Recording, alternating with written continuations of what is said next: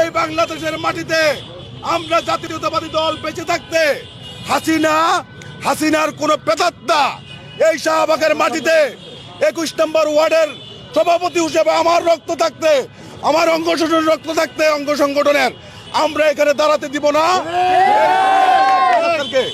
আরো বলতে চাই, এটা হলো শাহবাগ চত্বর, হলো পুরা বিশ্বের একটা চত্বর। এই চত্বরে আমরা সবসময় সক্রিয় আছি, সবসময় সক্রিয় থাকব এবং বৈষম্য বিরোধী ছাত্র আন্দোলনের নামকরণ করে বাংলাদেশের খুনি হাসিনার যে ছাত্রলীগ যুবলীগ তাদেরকে আমরা এই শাহবাগের মাটিতে দাঁড়াতে দিব না এবং কোনোদিন তারা দাঁড়াতে পারবে না। এই বাংলার মাটিতে খুনি হাসিনার কোন অঙ্গ সংগঠন আমরা এই দেশে থাকতে দিব না। তারা ভারত যাবে, ভারতই তাদের দেশ, ভারতই তাদের আস্তানা। আরো বলতে চাই, আমরা সদাই সংগঠন সব রাত নাই দিন নাই সংগঠিত ভাবে এই খুনি হাসিনার দল, এই কাউয়া কাদেরের দল, এই খুনি শেখ হাসিনার দল আমরা প্রতিহত করার জন্য দিন রাত জেগে থাকবো, রাজপথে থাকবো। ধন্যবাদ আপনাদেরকে।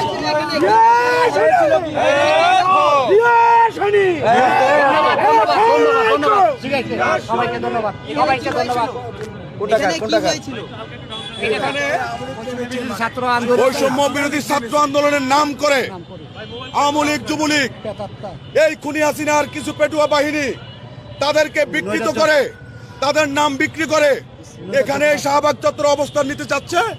আমরা খবর পেয়ে প্রতিহত করার জন্য এই খুনি হাসিনার দল এবং এই সন্ত্রাসী দল, স্বৈরাচারী দল, পালায়নের দল, নস্যাৎকারী দল আমরা কখনো এক হইতে দিব না।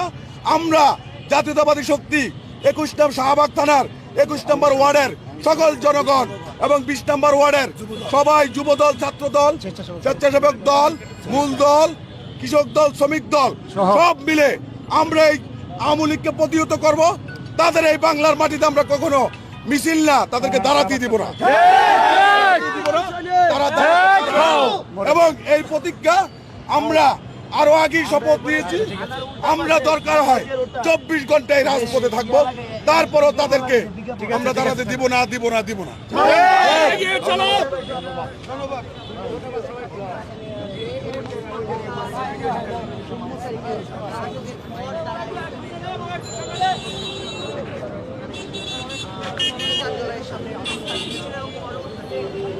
দর্শক, যেমনটি দেখছেন কিছুক্ষণ আগেও এইখানে এই শাহবাগে যেমনটি এই যুবদল নেতা দাবি করছেন যে বৈষম্য বিরোধী ছাত্র আন্দোলনের ব্যানারে বা যারা সনাতনীদের ব্যানারে এখানে দাঁড়িয়েছিলেন তারা দাবি করছেন যে তারা যুবদলের যে নেতাকর্মীরা রয়েছে তারা দাবি করছেন এখানে আওয়ামী লীগের যারা রয়েছে, আওয়ামী লীগের যে সাপোর্টার রয়েছে আসলে তারা আসলে সনাতনী বা বৈষম্য বিরোধী ছাত্র আন্দোলনের ব্যানারে শাহবাগ অবরোধ করেছিলেন ঠিক কিছুক্ষণ আগে।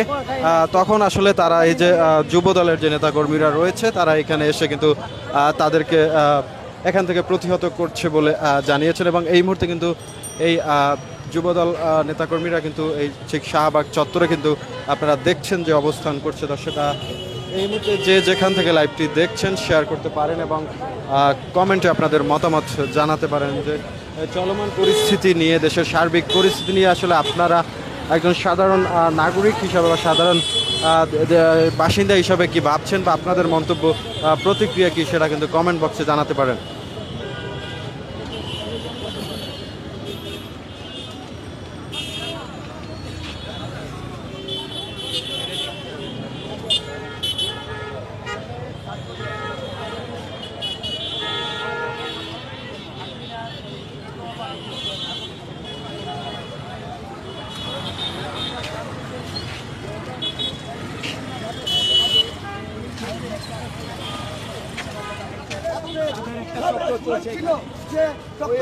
নেতৃত্বে 1 লক্ষ করে টাকা দিবে এমন সুযোগ ছড়াইয়া অনেক লোক চেষ্টা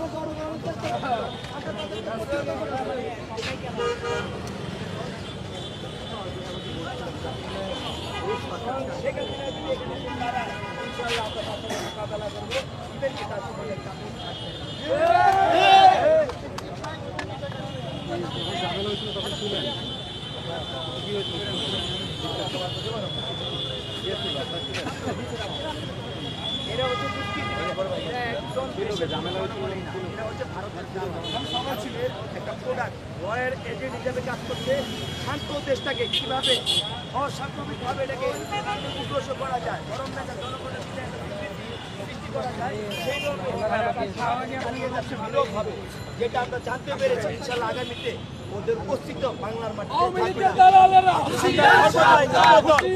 রক্ত মাংস পানি করে রাজপথে যেমন জীবন দেওয়ার জন্য প্রস্তুত ছিলাম ইনশাল্লাহ আগামীতে তারেক রহমানের নির্দেশে এবং বেগম খালেদা জিয়ার নেতৃত্বে আমরা এই শাহবাগের মাটিতে অবস্থান করব আওয়ামী লীগের কোনো আস্থানা এই বাংলার মাটিতে হবে না ইনশাল্লাহ।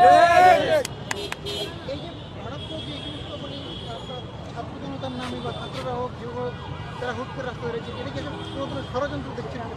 এরা ছাত্র জনতা নয়, এরা একটা নাম ব্যঙ্গ করে এবং কি নামের উপর ভর করে তারা এখন বাংলাদেশে একটা নৈরাজ্য সৃষ্টি করার চিন্তা ভাবনা পরিকল্পনা তারা চালিয়ে যাচ্ছে। আমরা এটাকে প্রতিহত করব। আপনাদের কাছে বিভিন্নভাবে অনুরোধ, যেখানেই পাবেন সেখানে আমাদেরকে কল করবেন, আমি ফোন নাম্বার দিয়ে যাব, আমাকে ফোন দেবেন, আমি ইনশাল্লাহ চলে আসবো তাদেরকে প্রতিহত করার জন্য ইনশাল্লাহ। আমরা একটা সময় দেখেছিলাম যখন আওয়ামী লীগ ক্ষমতা ছিল তারা বিএনপি সহ বিরোধী দলকে দমনের জন্য বিভিন্ন পাড়া মহল্লায় তাদেরকে নেতা কর্মীদের অবস্থান করতে বিগত 17 বছরে আমাদের যুব দল এবং বিএনপির অঙ্গ সংগঠন কখনোই তাদেরকে দামায় রাখতে পারে নাই, ইনশাল্লাহ আগামীতেও পারবে না। তারা যদি গর্তের ভিতর থাকে আমরা তাদেরকে টেনে হিচড়ে নিয়ে বের করে আসবো। হাসিনার পেটুয়া বাহিনী এসে সাধারণ মানুষের দোকানপাটের উপরে হামলা চালায়, বিভিন্ন প্রতিষ্ঠানের উপরে হামলা চালায়। আমরা সাধারণ মানুষ হাসিনার পেটুয়া বাহিনীর উপরে প্রতিহিত করছি।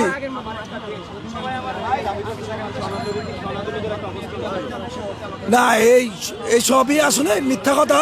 মূলত হাসিনার পেটুয়া বাহিনী ছিল এইখানে, সাধারণ মানুষের মাল উপরে হামলা চালাইছে।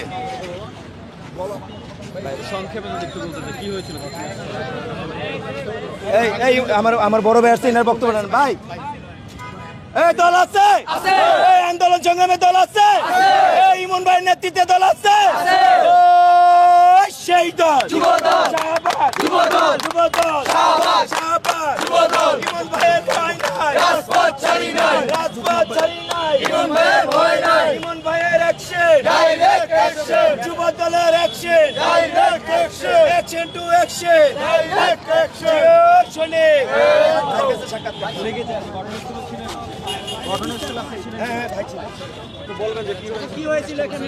আপনারা কোশ্চেন করেন, এখানে যুবলীগ ছাত্রলীগ আসছিল একটা সহিংসতা নাশকতা করার জন্য।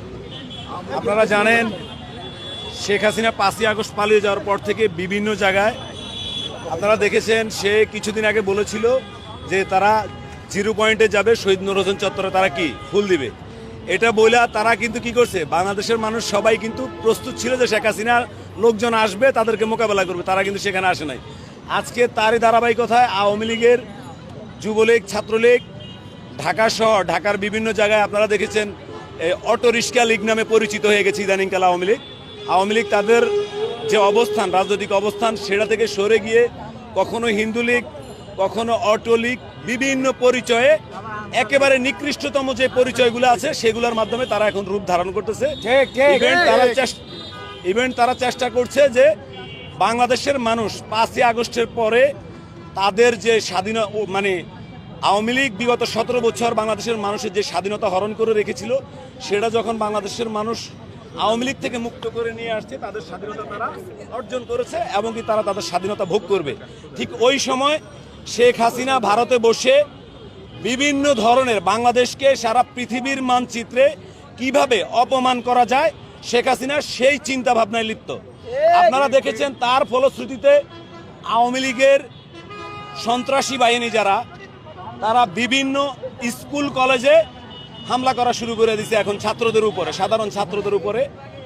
ঠিক তারই ফলশ্রুতিতে বাংলাদেশ জাতীয়তাবাদী দল বিএনপি এবং বাংলাদেশের সাধারণ ছাত্র সমাজ, সাধারণ নাগরিক যারা, তারা কিন্তু আপনার বাংলাদেশের বিভিন্ন জায়গায় জায়গায় অবস্থান নিয়েছে যে আওয়ামী লীগকে মোকাবেলা করার জন্য। আমরা ইতিমধ্যে খবর পেয়েছি আওয়ামী লীগ এখানে 8-10 জন আওয়ামী লীগ এখানে এসে একটা মিছিল করার চেষ্টা করেছে এবং কি তারা এখানে একটা বিশৃঙ্খলা করার চেষ্টা করছে। সাধারণ জনতা তাদেরকে ধাওয়া দেওয়ার পরে তারা এখান থেকে চলে গিয়েছে। আমি আপনাদের মাধ্যমে বাংলাদেশ আওয়ামী লীগের যে নেতাকর্মী আছে তাদের উদ্দেশ্যে বলতে চাই যে তোমরা যারা এত বছর আওয়ামী লীগ করেছো, তোমাদের বিবেকটা অন্ধ ছিল। তোমরা তোমাদের বিবেককে প্রশ্ন করো, তোমরা কি করেছিলে? তোমরা এত বছর শেখ হাসিনা তোমাদেরকে ভালো কোনো কিছু শিখায় নাই, শিখাইছে সন্ত্রাসী করা শিখাইছে, তোমাদেরকে সমাজের কাছে কালার করা শিখাইছে। তোমরা কি কেউ কিন্তু এখন সমাজে পরিচয় দিতে পারো যে তোমরা আওয়ামী লীগ করো? তোমাদেরকে সবাই বলে তোমরা সন্ত্রাসী।